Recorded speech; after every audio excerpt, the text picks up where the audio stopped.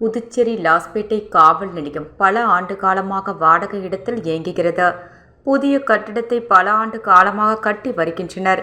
விரைவில் கட்டிடத்தை கட்டி முடித்து காவல் நிலையத்தை இடமாற்ற வேண்டும் என சமூக ஆர்வலர்கள் கோரிக்கை விடுத்துள்ளனர்.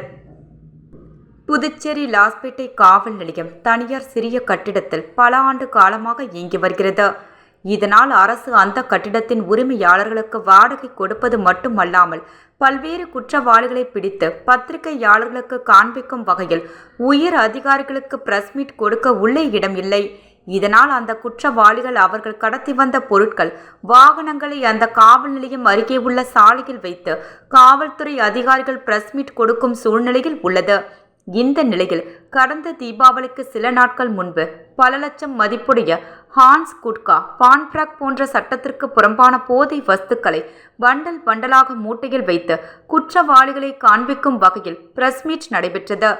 தீபாவளி எதிர்வரும் தினம் என்பதால் அவ்வழியே சென்ற பொதுமக்கள் தீபாவளிக்கு ஏதோ இலவச பொருட்கள் கொடுக்கிறார்கள் என்று காவல்துறையை பார்த்து கேட்கும் அவல நிலை ஏற்பட்டது.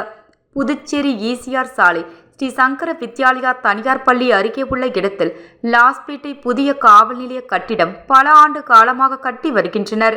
அந்த காவல் நிலைய கட்டிட பணி தாமதமாக நடைபெற்று வருகிறது. எனவே அந்த காவல் நிலைய கட்டிட விரைவில் முடித்து மிக விரைவில் லாஸ்பேட்டை காவல் நிலையம் திறக்க வேண்டும் என பொதுமக்களும் மற்றும் சமூக ஆர்வலர்கள் கோரிக்கை வைத்துள்ளனர்.